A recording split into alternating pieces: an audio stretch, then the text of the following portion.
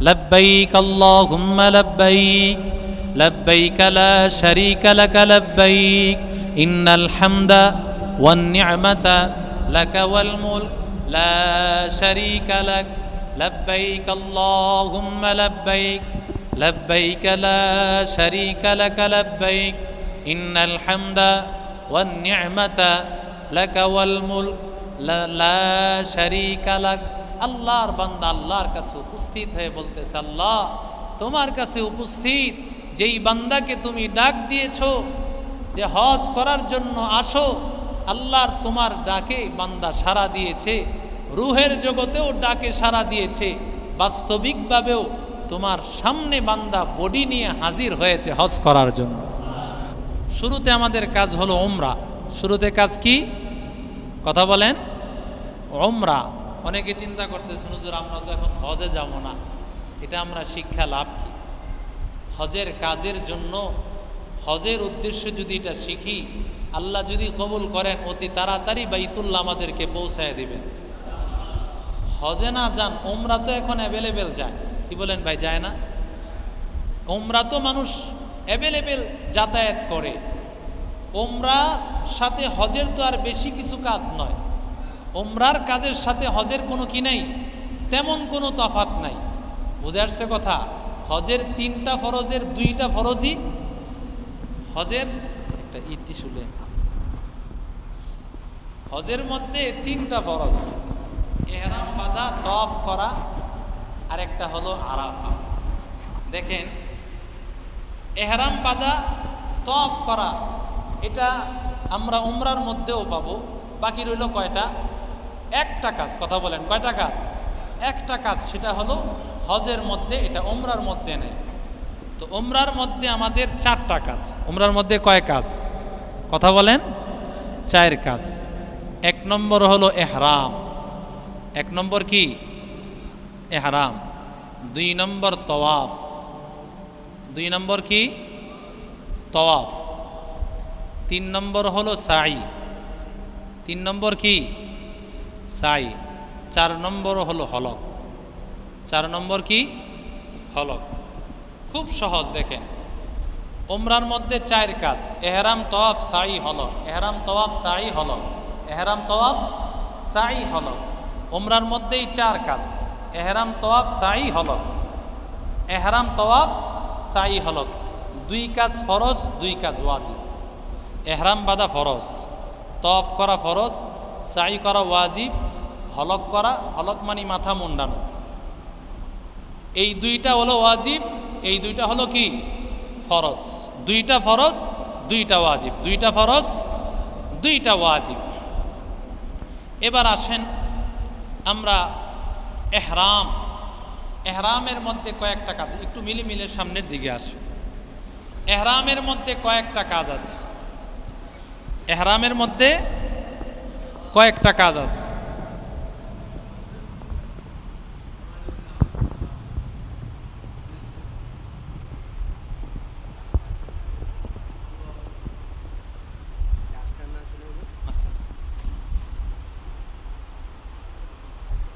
কিছু একটা দেন,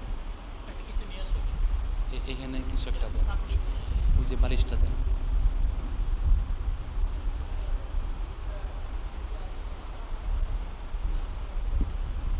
ঠিক আছে, চলো। ইহরামের মধ্যে কয়েকটা কাজ দেখেন।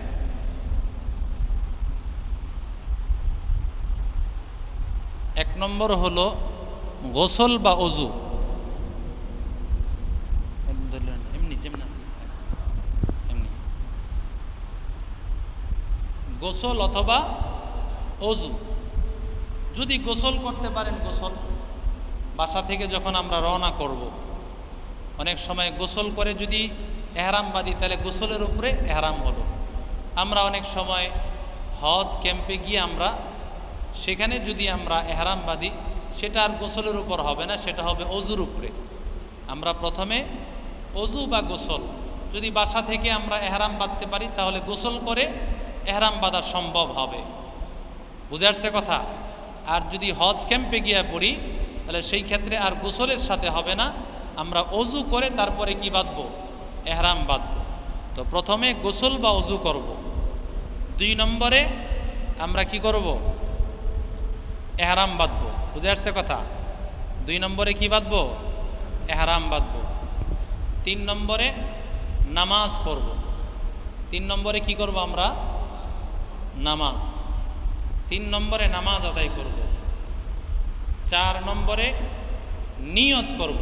4 নম্বরে কি করব, নিয়ত করব। 5 নম্বরে তালবিয়া পড়ব, লাব্বাইক আল্লাহুম্মা লাব্বাইক।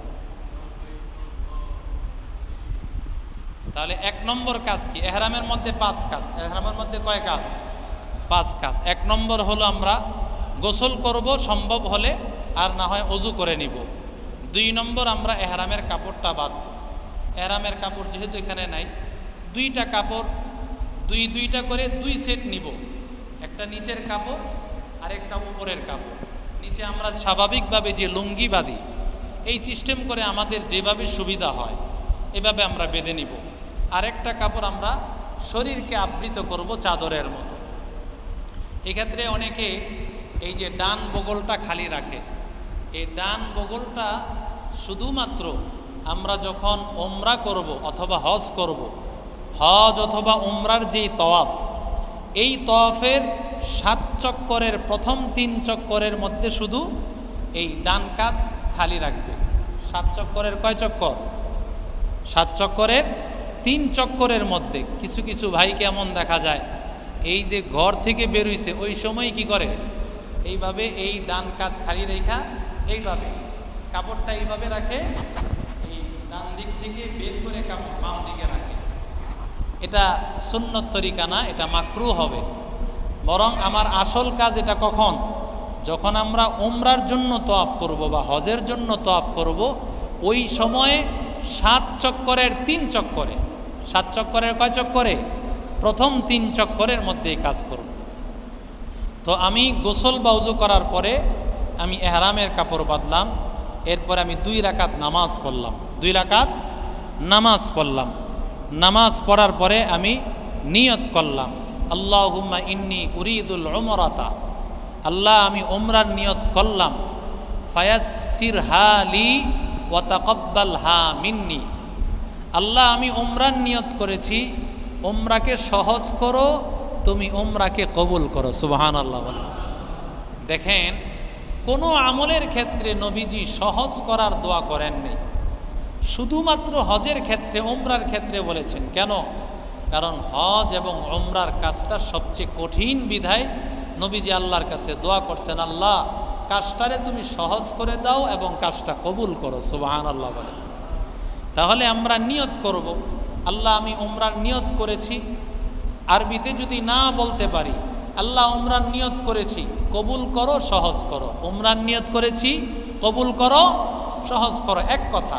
আল্লাহ উমরার নিয়ত করলাম, কবুল করো, সহজ করো। এই কথাটা জবানে বলা তো আর জরুরি না, দিলে দিলে এই কথা আনলেও চলবে যে আল্লাহ উমরার নিয়ত করছি, এটা সহজ করো, এটা কবুল করে নাও।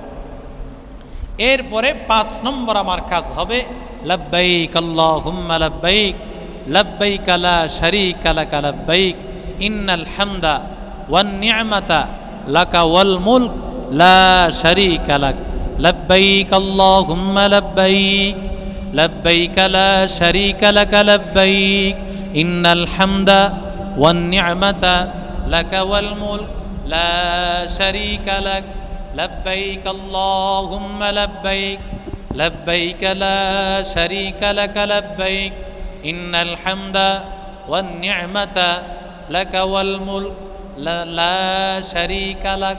আল্লাহর বান্দা আল্লাহর কাছে উপস্থিত হয়ে বলতেছে, আল্লাহ তোমার কাছে উপস্থিত যেই বান্দাকে তুমি ডাক দিয়েছো যে হজ করার জন্য আসো, আল্লাহর তোমার ডাকে বান্দা সাড়া দিয়েছে, রুহের জগতেও ডাকে সাড়া দিয়েছে, বাস্তবিকভাবেও তোমার সামনে বান্দা বডি নিয়ে হাজির হয়েছে হজ করার জন্য।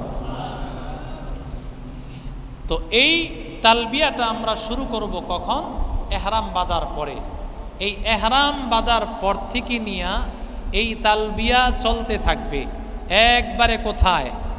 একবারে যখন আমরা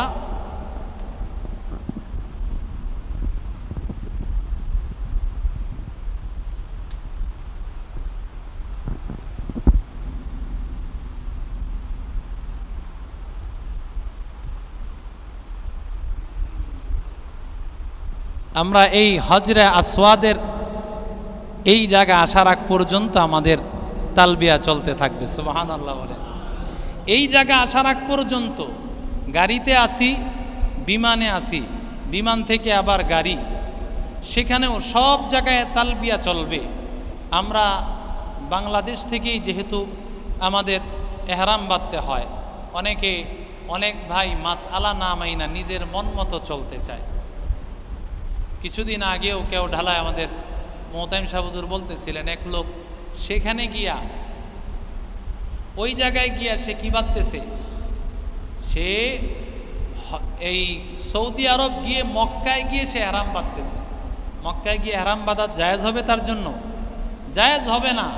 কারণ জেদ্দায় আসার আগে, আরও অনেক আগে ইয়ালামলাম একটা জায়গা আছে, এটা জেদ্দা আসার অনেক আগে, এটা হলো মক্কার মিকাত।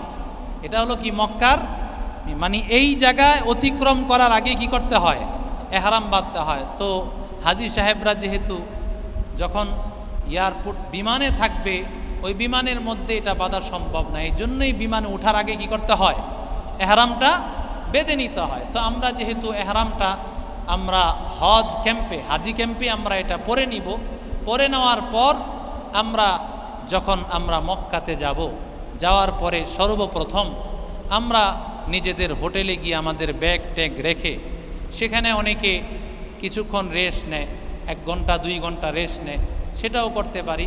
আমাদের যে কাপড়টা আছে, এ কাপড়টা এমন হইতে পারে গামে দুর্গন্ধ হয়ে যায়, এ কাপড় কিন্তু চেঞ্জ করতে পারবো। আমরা উমরার জন্য যে কাপড়টা পরলাম, এই কাপড় অবস্থায় যখন এই কাপড় পরব, এই অবস্থায় সুগন্ধি লাগানো যাবে না, তেল লাগানো যাবে না, মাথা আশ্রানো যাবে না। মাথা আশ্রাইতে গেলে চুল যদি পড়ে যায়, যখন আপনি দাড়ি আশ্রাবেন এটাও নিষেধ, কারণ দাড়ি আশ্রাইতে গেলে কি করতে হবে, দাড়ি পরে যেতে পারে, সেক্ষেত্রে আপনার দম দেওয়া লাগবে। কি দেওয়া লাগবে? দম দেওয়া লাগবে, সেটা বিরাট একটা জরিমানা। তো এই জরিমানা আপনি কয়টা দিবেন, এমন হতে পারে যে বহু জরিমানা আপনার উপর চলে আসছে। তো এই জন্য কোনো সেলাইযুক্ত কাপড় পরা যাবে না, গেঞ্জি পরা যাবে না, টুপি পরা যাবে না, কোনো প্যান্ট পরা যাবে না, জাঙ্গা পরা যাবে না, এই ধরনের কোনো কাপড়ই কি পরা যাবে না। একমাত্র এই নিচের এই কাপড়, উপরের একটা কাপড়, এই 2টা কাপড়। হ্যাঁ, এই কাপড়টা আপনার দুর্গন্ধ হয়ে যেতে পারে।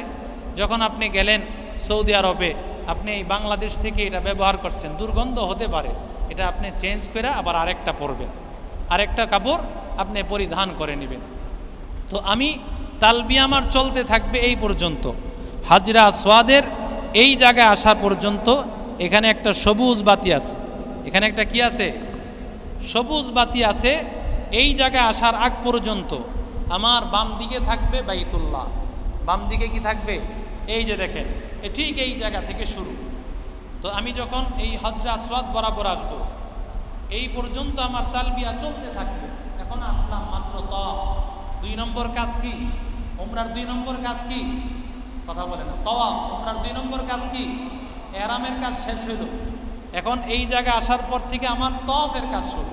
তওয়াফের কাজ শেষ হয়ে যাবে, খুব দ্রুত শেষ হয়ে যাবে।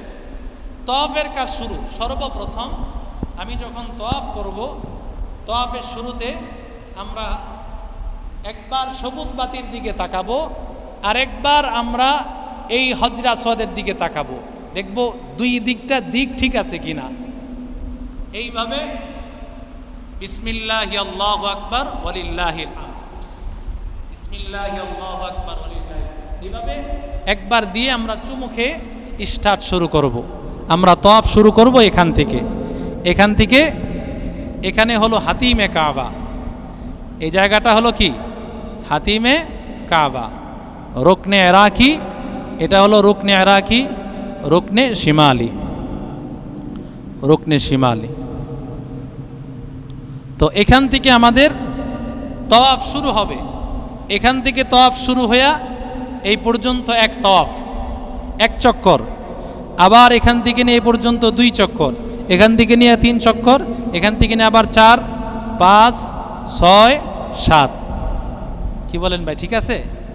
তওয়াফের মধ্যে আমরা কি বলবো, আজকে আলোচনার মধ্যেও আসছিল, তওয়াফের মধ্যে কোনো নির্দিষ্ট কোনো দোয়া নাই, নির্দিষ্ট কোনো কি নাই। তবে সাধারণত ওলামায়ে কেরাম কেউ কেউ বলেন যে প্রথম তওয়াফে সুবহানাল্লাহ, প্রথম তওয়াফে কি পড়া? সুবহানাল্লাহ। এখান থেকে প্রথম তো শুরু করলেন বিসমিল্লাহ আল্লাহু আকবার ওয়ালিল্লাহিল হামদ বলে চুমু দিয়া শুরু করলেন সুবহানাল্লাহ সুবহানাল্লাহ প্রথম পুরা চক্করের মধ্যে। এরপরে দ্বিতীয় চক্করে আলহামদুলিল্লাহ, তৃতীয় চক্করে আল্লাহু আকবার, চতুর্থ চক্করে লা ইলাহা ইল্লাল্লাহ, পঞ্চম চক্করে দুরূদ শরীফ, ষষ্ঠ চক্করে ইস্তিগফার, আর সপ্তম চক্করে আল্লাহর কাছে দোয়া করা। আল্লাহর কাছে কি করা? দোয়া করা। আমার তওয়াফ শেষ হয়ে গেল। তওয়াফ কি হয়ে গেল? শেষ হয়ে গেল। তো এই তওয়াফের মধ্যে আমরা বলেছি প্রথম 3 চক্করে, যেহেতু এটা উমরার তওয়াফ। কিসের তওয়াফ? উমরার তওয়াফ। এই জন্য প্রথম 3 চক্করে ওই যে কাপড়টা এখানে ডান কাঁধের নিচ থেকে নিয়ে বাম কাঁধের উপরে আমি রেখে দিব, এইভাবে প্রথম 3 চক্করে। এরপরের 4 চক্করে আর থাকবে না। যখন আমার তওয়াফ শেষ হয়ে গেল, এখানে এই বরাবর আছে মাকাম ইব্রাহিম। কি আছে? মাকাম ইব্রাহিম আছে। এই মাকাম ইব্রাহিমের এখানে আমি 2 রাকাত নামাজ পড়ব। তওয়াফের পরে আমি কি করব? এই মাকাম ইব্রাহিমের এখানে 2 রাকাত নামাজ পড়ব।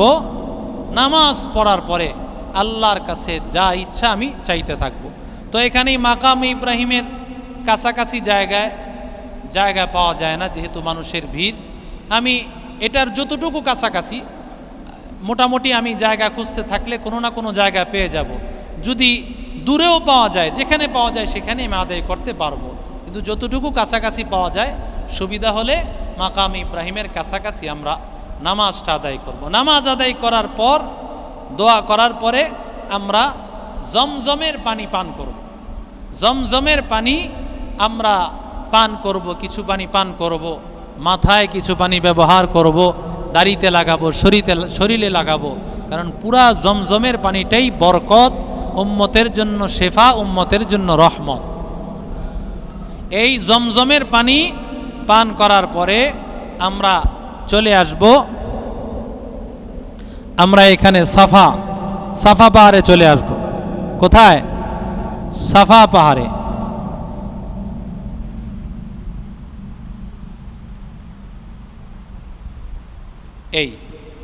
এই সাফা পাহাড় বোঝা যাচ্ছে। এখান থেকে আমরা যখন তওয়াফ শেষ, দোয়া টোয়া করা শেষ, পানি পান করব, এরপরে আমরা সাফা পাহাড়ে চলে যাব।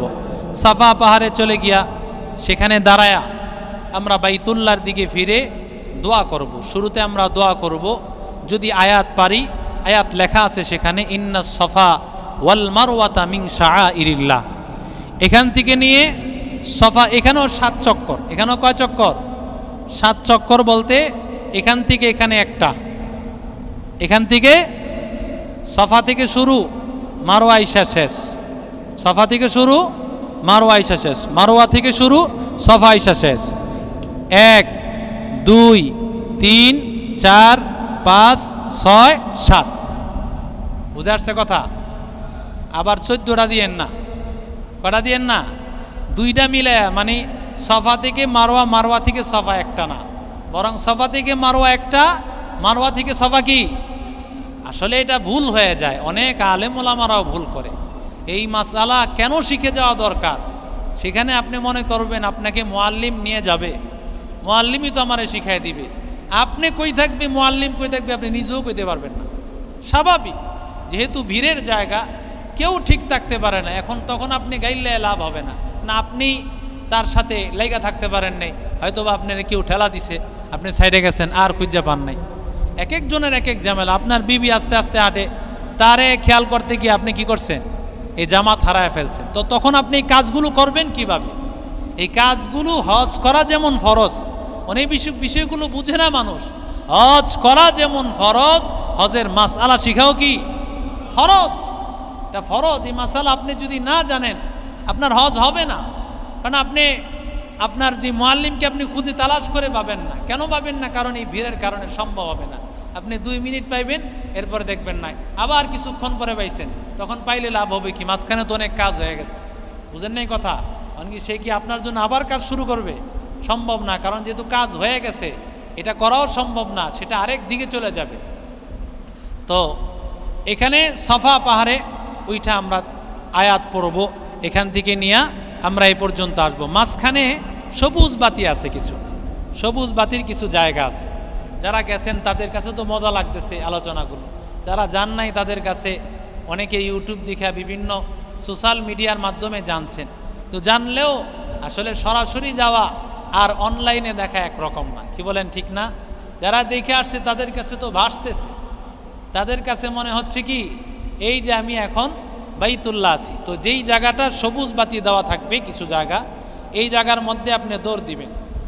হাজেরা আলাইহিস সালাম এই জায়গাটার মধ্যে একটু দৌড় দিয়েছিলেন, এতটুকু সামান্য একটু জায়গা, পুরুষেরা দৌড় দিবে, মহিলারা দৌড় দিবে না। দেখেন দৌড় দিছেন মহিলারা, কিন্তু আল্লাহর বিধান হলো এই জায়গায় কি দিবে না, মহিলারা দৌড় দিবে না, বরং দৌড় দিবে কে? স্বাভাবিক দৌড় বলতে এমন এমন দৌড় না 2-4-5 জনের হালায় দিবেন, স্বাভাবিক গতির চাইতে একটু গতি কি করবেন, একটু গতি বাড়াবেন। তো এই গতি বাড়ায়া আমরা শুধু এতটুকু জায়গায় আমরা এই ক্ষেত্রে চলবো। তো এইখানে এসেও দোয়া করব, এখানেও দাঁড়ায় আমরা সামান্য, বেশি সময় না, 1 মিনিট 2 মিনিট দোয়া করলাম, আবার এখানে চলে আসলাম। মাঝখানে যেই দোয়া আমরা তওয়াফ করতে যেমনভাবে আমরা দোয়া করছি, এইখানেও এরকম ঐচ্ছিক কোনো স্বাধীনতা দেওয়া। আপনি চাইলে তওয়াফের মধ্যে 100 বার আপনি সূরা ইখলাস পড়লেন, আপনি 100 বার সূরা ফাতিহা পড়লেন, আপনি 100 বার দোয়া ইউনুস পড়লেন, দোয়া কুনুত পড়লেন, হ্যাঁ, আপনার কাছে যেটা ভালো লাগে, দুরূদ শরীফ পড়লেন 100 বার 200 বার, এই আমলগুলো হলো ঐচ্ছিক স্বাধীনতা। তাহলে এই সাফা মারওয়া যখন আমার হয়ে গেল, তো সাইর কাজ হয়ে গেল। সাইর কাজ কি? সাইর কাজ হয়ে যাওয়ার পরে এবার আমার বাকি আছে হলক, বাকি আছে কি? ইহরাম হয়ে গেল, তওয়াফ হয়ে গেল, সাই হয়ে গেল। ওমরার আর কয় কাজ বাকি? কথা বলে না, কয় কাজ? এক কাজ বাকি, শুধুমাত্র একটা কাজ বাকি, সেটা হলো হলক করা। এখন এই মাথা হলক করব না ছোট করব? আল্লাহর নবী হলককারীদের জন্য 3 বার দোয়া করছেন, সুবহানাল্লাহ বলেন। নবীজি বলছেন আল্লাহুম্মা রহমিল, আল্লাহুম্মা রহমিল মুহাল্লিকিন। তখন এক সাহাবী বলছেন ওয়াল মুকাসসিরিন ইয়া রাসূলুল্লাহ, ইয়া রাসূলুল্লাহ যারা ছোট ছোট করবে এদের জন্য দোয়া করেন। নবীজি আবার দোয়া করলেন আল্লাহুম্মা রহমিল মুহাল্লিকিন, আল্লাহ হলককারীদের উপর রহম করো। সাহাবী আবার দোয়া আরজ করলেন ইয়া রাসূলুল্লাহ ওয়াল মুকাসসিরিন ইয়া রাসূলুল্লাহ। সাহাবী আবার বলার পরে নবীজি আবার হলককারীদের ব্যাপারে দোয়া করলেন, তৃতীয়বারও হলককারীদের জন্য দোয়া করলেন। চতুর্থবার সাহাবী যখন বলছেন, নবীজি শুধু এতটুকু বলছেন আল্লাহুম্মা রহমিল মুহাল্লিকিন ওয়াল মুকাসসিরিন, ওয়াল মুকাসসিরিন, মুহাল্লিকিনা তখনও কর নেই, শুধু ওয়াল মুকাসসিরিন বলছেন। তাহলে বোঝা গেল আমি হলক করব, মাথা মুন্ডন করে ফেলবো, এটাই হলো কি আসল। যখন আমি হলক করে ফেললাম, তো আমার পুরা ওমরার কাজ শেষ, সুবহানাল্লাহ বলেন। ওমরার কাজ কমপ্লিট হয়ে গেল। কি ভাই, সহজ হয়ে গেছে না? ওমরার কাজ কিন্তু কি, এই যে বাংলাদেশ থেকে যারা যায় ওমরা করতে, এই কাজ যতটুকু বললাম ওমরা শেষ। 1-1.5 লাখ 2 লাখ টাকার কাজ কি শেষ হয়ে গেল, আলহামদুলিল্লাহ। এরপরে যতদিন বাইতুল্লাহ থাকবো, সবচেয়ে বড় কাজ হলো 5 ওয়াক্ত নামাজ বাইতুল্লাহ জামাতের সাথে পড়া, সুবহানাল্লাহ বলেন। কারণ 1 রাকাতে 1 লক্ষ রাকাতের সওয়াব। 1 রাকাতে কত রাকাত? 1 লক্ষ রাকাতের সওয়াব। তবে মহিলারা, আমরা মা বোনদেরকে নিব, তারা কিন্তু মসজিদে আসার প্রয়োজন নেই, বরং তারা ঘরে থাকলে 1 লক্ষ রাকাতের সওয়াব পাবে, বাহিরে আসলে আরও কম পেতে পারে। কারণ তাদের জন্য ঘরটাই হলো কি উত্তম মসজিদ, আল্লাহ কোরআনেই বলছেন। এই জন্য মহিলাদেরকে আমরা বেলায় বেলায় তাদেরকে বের করব না। যখন তওয়াফ করার প্রয়োজন হয় তখন আমি আমার স্ত্রী, আমার বোন, আমার মাকে নিয়ে আসলাম, হ্যাঁ। কিন্তু অন্যান্য কাজে আমি যখনই যাই তখনই মহিলাদের অবস্থা এমন হয়ে গেছে, কোথায় স্বামী কোথায় ভাই, সে নিজেই নিজে কি এক দল বানায় ফেলছে, মহিলারা দল বানায় ফেলছে, রাস্তায় দাঁড়ায় যেতেছে। এর দ্বারাও আসলে আমাদের হজ তো কঠিন হয়ে যায়। এহরাম বাঁধার পরে সবচেয়ে বড় কাজ হলো গুনাহ ছেড়ে দেওয়া। সবচেয়ে বড় কাজ কি? দেখেন, গুনার শুরুটাই হলো বিমানের মধ্যে বিমানবালা, কি বলেন ভাই? বিমানের মধ্যে কি বিমানবালা। একদিক দিয়ে আল্লাহ তাআলা মহিলাদেরকে বলছেন চেহারা খোলা রাখবে, একটা ক্যাপের মতো দিয়া সামনে কাপড় দিয়া দাও, যদিও এটা অনেকে পালন করে না, ক্যাপ দিয়া সামনে কাপড় ছেড়ে দিবে, কিন্তু চেহারার মধ্যে কাপড় লেগে থাকতে পারবে না, চেহারাটা খোলা থাকবে। তবে খোলার দ্বারা উদ্দেশ্য এটা না যে একবারেই যেন উন্মুক্ত থাকে, একটা ক্যাপ দিয়ে সামনে কাপড় ছেড়ে দিবে। তো মহিলাদেরকে একদিক দিয়ে আল্লাহ বললেন যে তোমরা মুখ খোলা রাখো, অন্য দিক দিয়ে পুরুষরে বলছেন তোমরা নজর হেফাজত রাখো। বিষয় সহজ না কঠিন? কি বলেন ভাই? অনেক কঠিন কাজ। এই জন্য যদি এইভাবে আমি এহরাম বাঁধার পরে, নিষেধাজ্ঞার কাজ তো আছে, এহরাম মানে হারাম করা।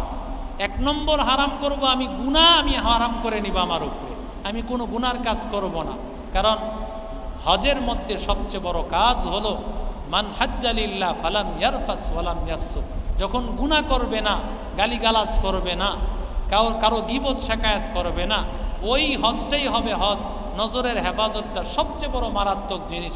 যেহেতু এই হজের মধ্যে সারা বিশ্ব থেকে সারা বিশ্বের কান্ট্রির মানুষগুলো এখানে আসবে, ভিড়াভিড়ি হবে, আমি যদি নজরকে নিচে রাখতে না পারি, আমি হজে আসবো বটে, আল্লাহর লানত আমার উপর পড়তে থাকে। এই জন্য হজে খুব মারাত্মক জিনিস, খুব মারাত্মক জিনিস। এটা খুব বারবার খেয়াল করব, আমি হজে গিয়া যেন আমার লক্ষ লক্ষ টাকা যেন আমার এই গুনার কারণে নষ্ট না হয়ে যায়। তো আমার উমরার কাজ শেষ হয়ে গেল। কি ভাই, উমরার বিষয়টা বুঝে আসছে তো ইনশাআল্লাহ? উমরার কাজ যখন হয়ে গেছে, এরপরে আমাদের হজের কাজ একেবারে সহজ।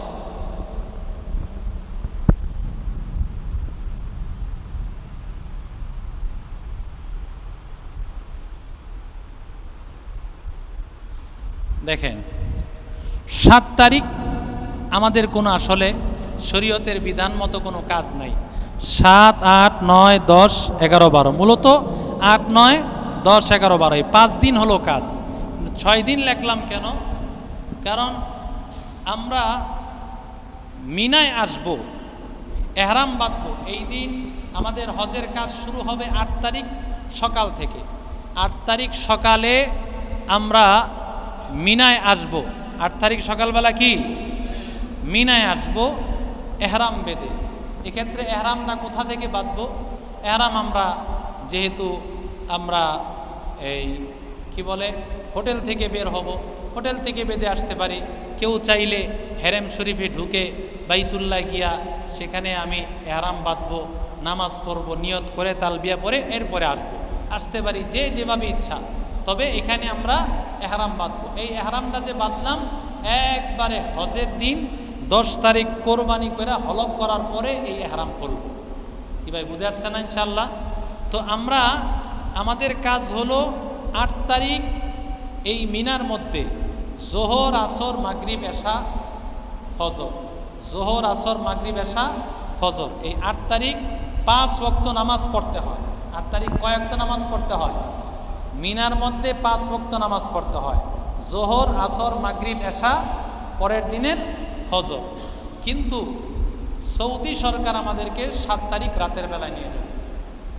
7 তারিখ এখন হুকুমতের ব্যাপার, আমার আপনার কথা এখানে চলবে না। কিন্তু মাসআলা হলো এটা। মাসআলা কি? মাসআলা হলো 8 তারিখ জোহরের নামাজ পড়া, কিন্তু দেখা যায় 7 তারিখ যেহেতু এশার নামাজ পড়ে আমি রওনা করেছি, তো এই 8 তারিখ আইসা আমি ফজর বললাম। 8 তারিখ মিনা আইসা কি বললাম? কিন্তু এই ফজরটা কিন্তু মিনার যে 5 ওয়াক্ত, এই 5 ওয়াক্তের 1 ওয়াক্ত হয় না। কারণ 5 ওয়াক্ত শুরু কোন ওয়াক্ত থেকে? জোহর, আসর, মাগরিব, এশা, পরের দিনের কি 9 তারিখের ফজর। কিন্তু আমার হয় 5 ওয়াক্ত ঠিক, কিন্তু এই 5 ওয়াক্ত কি না 8 তারিখের যে সুন্নত 5 ওয়াক্ত, এই 5 ওয়াক্ত হয় না। অনেক ক্ষেত্রে এমন হয় যে দেরি হইতে হইতে দেখা যায় যে ফজরটা বাইতুল্লাহ পড়ে এরপরে মিনা আসতে পারে। এটা গাড়ির ভাগ্যের কারণে হয়। অনেকে যখন দিলে দিলে চায়, আল্লাহ ব্যবস্থা করে দেয়। কি বলেন, ঠিক না? আপনি যদি চান যে আল্লাহ কোনো কারণে গাড়িরে লেট করায় দিও, আমি যেন সুন্নতটা পালন করতে পারি, তো দেখা যাবে যে গাড়ি একটু লেটে আসছে, তখন আপনি 8 তারিখ সকালে ফজর পড়েই যেতে পারবেন মিনা। তাহলে আপনার সুন্নত আদায় হলো জোহর, আসর, মাগরিব, এশা, ফজর। কিন্তু দেখা যায় যে এখানে ফজর পরে 9 তারিখ আপনার কোথায় আসতে হয়? মুজদালেফা আসতে হয়। এখানে মিনার মধ্যে কাজ, মিনা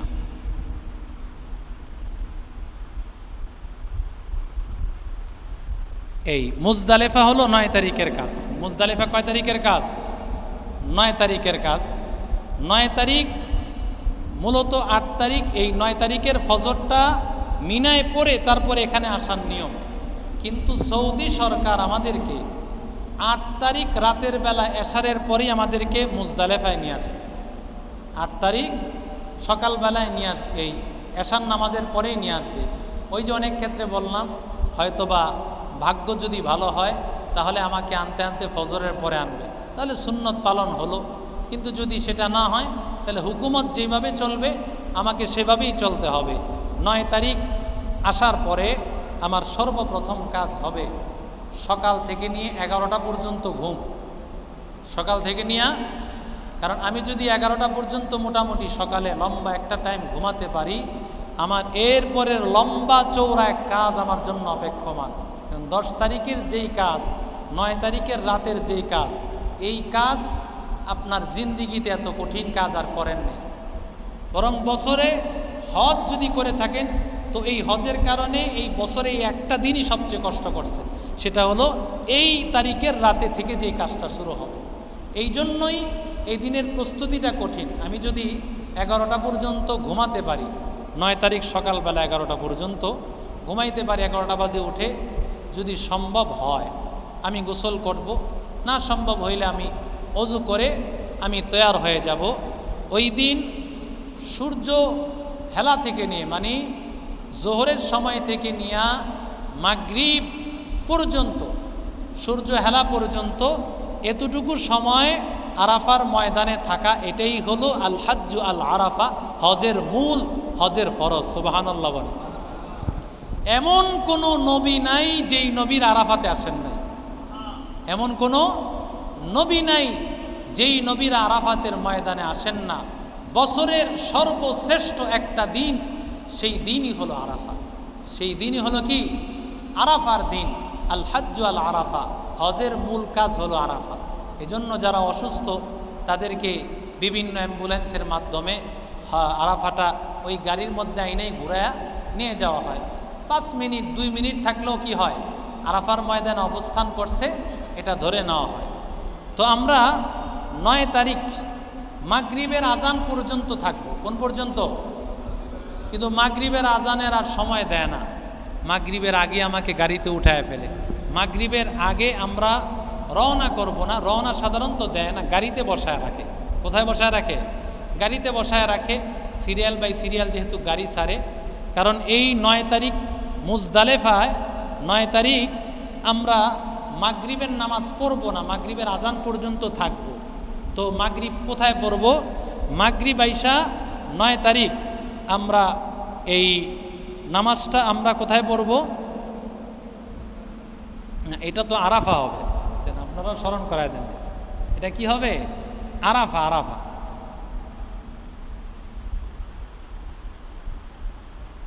আরাফার ময়দান না, আরাফার আলোচনা চলতেছে, লেখছি মুজদালিফা। তো এই আরাফার ময়দানে আমরা থাকলাম, থাকার পরে আমরা মাগরিব পর্যন্ত থাকবো। এই দিন কোন পর্যন্ত থাকবো? মাগরিব পর্যন্ত থাকবো। মাগরিব পর্যন্ত থাইকা মাগরিবের আজান দিবে, আমরা চলে যাব মুজদালেফায়। কোথায় চলে যাব? এটা 9 তারিখের কাজ। মুজদালেফায় চলে যাব। মুজদালেফা, এই মুজদালেফায় আমরা চলে যাব 9 তারিখ। কখন? মাগরিবের নামাজের আজান দেওয়ার সাথে সাথে আমরা রওনা করব। এই মুজদালেফায় গিয়ে আমরা মাগরিব এশা একসাথে আদায় করব। মাগরিব এশা এক আজান 2 একামত, এক আজান 2 একামত হবে। আমরা মাগরিব এশা 2 ওয়াক্ত গিয়ে মুজদালেফা আদায় করব। আজান হবে একটা, একামত হবে কয়টা? 2টা একামত হবে। এরপরে আমরা মুজদালেফায় অবস্থান করব। রাতের শেষ ভাগে আমরা উঠে যাব, আল্লাহর কাছে দোয়া করব, ফজরের নামাজও এই মুজদালেফা আমরা আদায় করব। আদায় করে এরপরে আমরা এই 10 তারিখে আমাদের বহু কাজ, 10 তারিখে আমরা চলে যাব কঙ্কর মারার জন্য। কি মারার জন্য?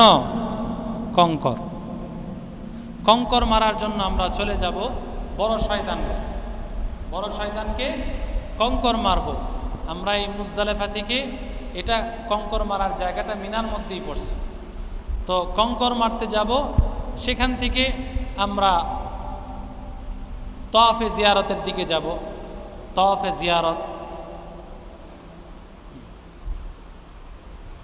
জিয়ারত করব, এরপরে সাই করব। এরপরে কি করব? সাই। এরপরের কাজ হলো আমরা কোরবানি করব। কি করব? কোরবানি। এরপরের কাজ হলো হলক। এরপরের কাজ কি? হলক। তো ওই তওয়াফ এবং সাই এটা পরে করলেও চলবে, তওয়াফ এবং সাই পরে করলেও চলবে। আমি যদি কোরবানি হলক করে ফেলি তো আমার ঝামেলা শেষ। আমি কি হয়ে যাব? হালাল হয়ে যাব। আমি এহরাম খুলে ফেলতে পারবো। এরপরে আমি গিয়া তওয়াফ যেটা ফরজ তওয়াফ, এই তওয়াফটা কিন্তু কি ফরজ তওয়াফ। এই ফরজ তওয়াফটা আদায় করব। এটার আমার সুযোগ আছে 10 তারিখ, 11 তারিখ, 12 তারিখ। 10 তারিখ, 11 তারিখ, 12 তারিখ, এই 3 দিন সময় আছে। 3 দিন আমি আদায় করতে পারবো। তবে আমি চেষ্টা করব যাতে করে প্রথম দিনই আমার এটা আদায় হয়ে যায়। প্রথম দিনই আমি কি করব? তওয়াফে জিয়ারতটা করে ফেলবো এবং সাথে সাথে সাই করে ফেলব। তবে এখানে একটা সুযোগ আছে, আমরা যখন মিনায় রওনা করব, মিনায় যাওয়ার আগে একটা নফল তওয়াফ করে ওই তওয়াফের সাথে সাই করার সুযোগ আছে। তওয়াফের সাথে কি আছে? সাই যদি করে ফেলি তাহলে এইখানে আর সাইটা লাগবে না। এখানে আর কি লাগবে না? এই যখন আমরা 8 তারিখে, যখন 7 তারিখ রাতের বেলা মিনায় রওনা করব, রওনা করার আগে একটা তওয়াফ কইরা আমরা সাই করব। এই সাইটা ওই হজের যেই সাই, এই সাইটা আদায় হয়ে যাবে। তখন আর সাই লাগবে না, শুধুমাত্র তওয়াফ করলেই হবে। কি ভাই, সহজ না? কেউ যদি চায় যে আমার জন্য একসাথে ওই দিন অনেক কাজ, কারণ আপনি দেখেন 10 তারিখে এই মুজদালেফা থেকে কঙ্কর মারা, এই কঙ্কর মারবেন, এখানে কোনো গাড়ি না, আপনি যত বড় শিল্পপতি হন গাড়ির কোনো সুযোগ নাই। এটা সিস্টেমই এমন, রাস্তাটার হালত এমন, একমাত্র প্রধানমন্ত্রী ছাড়া বা সরকারের একেবারে কাছের লোক ছাড়া যাদের জন্য বিকল্প রাস্তা আছে, ওই বিকল্প রাস্তা দিয়ে তারা যাবে। এছাড়া কারো জন্যই এই কঙ্কর মারব, তওয়াফ করতে যাব, এগুলোর জন্য আমার জন্য গাড়ির ব্যবস্থা থাকবে না। গাড়ির ব্যবস্থা কষ্ট করে করেই কি করা লাগবে? হজটা আমারই করা লাগবে। সবচাইতে কঠিন কাজ। এই জন্যই নবী বলছেন কি, আল্লাহ কবুল করো সহজ করো, কবুল করো সহজ করো। এত সহজেই তো নবী এই দোয়াটা করেন নাই। কোনো আমলের ক্ষেত্রে এই দোয়া নাই যে আল্লাহ সহজ করো। তো হজের ক্ষেত্রে এটা আসলো কেন? যেহেতু কাজটা কি আসলেই কঠিন, আসলেই মারাত্মক, কিন্তু আল্লাহ সহজ করেন বিদায় কি হয়? সহজ হয়ে যায়। তো এরপরে আমরা যখন হলক করে ফেললাম, তো পুরা এই হলক করার পরে 10 তারিখ রাতের বেলায় হলক টলক হয়ে গেল, তওয়াফ হয়ে গেল, সাই হয়ে গেল, তখন রাত্র 12টা 1টা বাজতে পারে। এই দিন আবার আমরা এই 10 তারিখ রাতের বেলা আবার মিনা চলে আসব। আবার কোথায় চলে আসব? হজের বাড়ি কোন জায়গায়? মিনা। হজের বাড়ি কই? মিনা। ওই যে মিনা থেকে আমরা আসলাম, মিনা থেকে আরাফা, আরাফা থেকে মুজদালেফা, মুজদালেফা থেকে আবার আসলাম কি মিনায় আসলাম, আবার তওয়াফ করলাম, সাই করলাম, কোরবানি করলাম, হলক করলাম, আবার ঘুইরা রাতের বেলায় মিনা আসতে হবে। এখানে অনেকে আবার মিনায় আসেন না, যেখানে বাইতুল্লাহ ওইখানেই থেকে যান। এটা একান্ত যদি কেউ অসুস্থ হন সেটা ভিন্ন কথা। তবে নবীরা, সমস্ত নবীরা মিনায় আসছে, সুবহানাল্লাহ বলে, সমস্ত নবীরা মিনায় অবস্থান করছে। এখন আপনি দেখেন, মিনায় অবস্থান করা এটা হজের আসল একটা রূহ। আপনি যদি সেখানেও গিয়া খুঁজেন কিভাবে আরাম করা যায়, কিভাবে আরাম করা যায়। মিনার মধ্যে এত সুন্দর তাঁবু আছে, আপনার ঘরের মতো হয়তো এরকম টাইলস নাই, এসি নাই, এত সুন্দর ব্যবস্থাপনা নাই। হজের মধ্যে এত আরাম যদি আমি খুঁজতে চাই, তো এই আরাম করে তো আর কি হবে না, হ্যাঁ, স্বাভাবিক চাইতে আরাম এখন অনেক ব্যবস্থাপনা ভালো। এখন যত দিন যাবে তত কি হবে, ব্যবস্থাপনা আরও সুন্দর হবে। এই যে আমাদের মুরব্বীরা যারা হজ করছেন, জিজ্ঞাসা করেন ওনারা কত কষ্ট করে হজ করছেন। যারা জাহাজের সময় হজ করছেন এরা কি পরিমাণ কষ্ট করছেন। এখন কি ভাই ওই পরিমাণ কষ্ট আর আছে? সব জায়গা কি হয়ে গেছে, সহজ হয়ে গেছে, হজ সহজ হয়ে গেছে। তো 10 তারিখ আমরা চলে আসলাম, রাতের বেলা আবার কোথায়, মিনায় চলে আসলাম, রাতের বেলায় থাকবো। এরপরে আমরা জোহর থেকে আসরের আগ পর্যন্ত 11 তারিখ জোহর থেকে আসরের আগ পর্যন্ত সময় 3 শয়তানের কঙ্কর মারব। কয় শয়তানরে? 11 তারিখ 3 শয়তানের কি কঙ্কর মারা হবে। আবার কঙ্কর মাইরা আবার মিনায় চলে আসব। 12 তারিখ আবার কি করব, 3 শয়তানকে কঙ্কর মারব আবার মেরে। এরপরে আমরা কোথায় চলে যাব, বাইতুল্লাহ চলে যাব। আমাদের হজের কাজ কি, কথা বলেন, হজের কাজ শেষ। এরপরে সর্বশেষ তওয়াফে বিদা একটা আছে, যেটা যখন আমরা একেবারে এই তওয়াফে বিদারা যখন আমরা বাইতুল্লাহ ছেড়ে যাব, হয়তো বা বাংলাদেশ আসব, না হয় আমরা মদিনায় যাব। যারা আগে বাইতুল্লাহ আসছে তারা এখন যাওয়ার পালা হলো মদিনায়। যারা আগে মদিনায় গেছেন তারা এখন সরাসরি কোথায় চলে আসবেন, বাংলাদেশ চলে আসবেন। তো তাদের জন্য তওয়াফে বিদা, যারা মদিনায় যাবেন তাদের জন্য কি তওয়াফে বিদা। তওয়াফে বিদা মানে হলো বিদায়ী তওয়াফ। কি তওয়াফ? বিদায়ী তওয়াফ। এই তওয়াফটা আমরা হজের কাজ শেষ হয়ে গেলে আমরা এটা আদায় করে নিব। কারণ অনেক সময় হয়, বিশেষ করে আমরা যখন মাল সামানা গুছাইতে যাই, সেই ক্ষেত্রে এগুলোর পেছনে ঘুরতে গিয়ে আমরা কি করা হয় না, তওয়াফে বিদায়টা আদায় করা হয় না। তওয়াফে বিদা যখন আমরা করব তখন আমরা মনে মনে খেয়াল করব যে আল্লাহ, এই ঘরে তো আমি আসছিলাম, যেইভাবে এই বাইতুল্লাহর তওয়াফ করা দরকার ছিল ওইভাবে আমি করতে পারি নাই। আল্লাহর কাছে চোখের পানি ফেলে ফেলে আল্লাহর কাছে তওয়াফ করা। তো এই তওয়াফে বিদার পরে হয়তো বা আরও 1 দিন 2 দিন সময় থাকতে পারে। তো 1 দিন 2 দিন কি করবেন, এই সময় কি আর তওয়াফ করবেন না? হ্যাঁ, করতে পারবেন।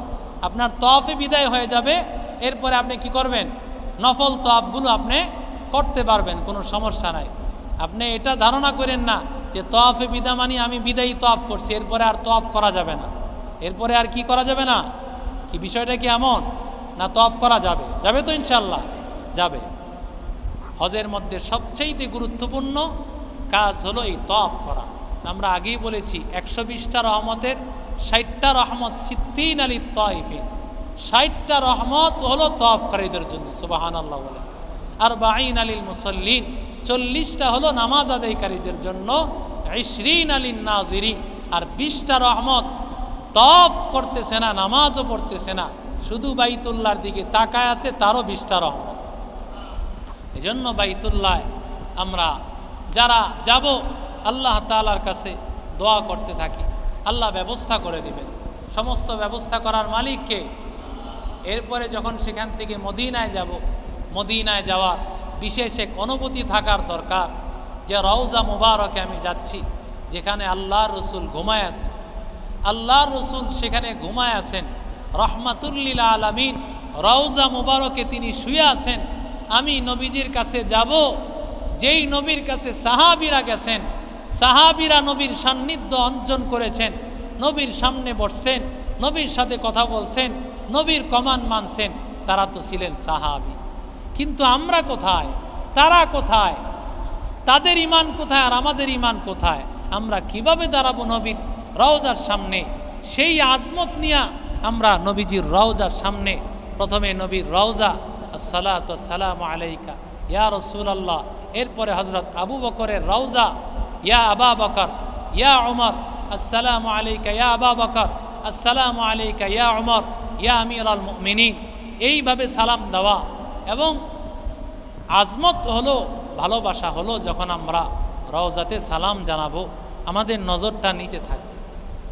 অনেক ক্ষেত্রে আমরা তাকায় থাকি, ভিড় করতে থাকি, রওজাটা দেখতে চাই, রওজাটা কেমন। হ্যাঁ, 1-2 বার মনের আকর্ষণ থাকতে পারে, কিন্তু এটা যেন বারবার ভিড় না করা হয়, ঠেলাঠেলি না করা হয়।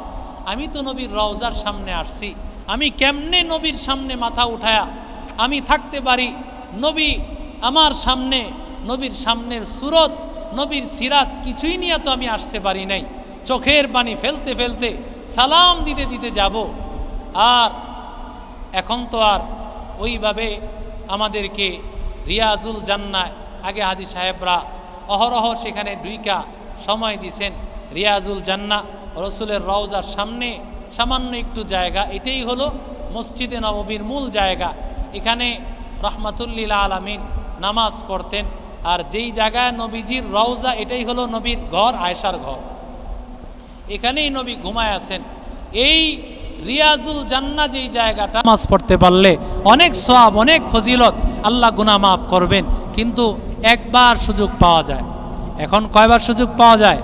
যারা রওজায় যাবেন একবার শুধুমাত্র, সেটা রওজা মুবারকে আপনাকে ঢুকতে সুযোগ দিবে। আপনাদের এই কোম্পানির মাধ্যমে মেসেজ আসবে, নির্দিষ্ট একটা সময় জানায় দিবে, অমুক দিন আপনাদের টাইম। তো আমরা তখন সিরিয়াল ধরে সেখানে গিয়া রওজা মুবারকে রিয়াজুল জান্নায় বসে আমরা সেখানে নামাজ পড়ব, সাজদা করব। নবী এখানে ঘুমায় আছেন। এখানে দেখবেন রিয়াজুল জান্নায় ঢুকতে একটা উঁচু জায়গা পাবেন।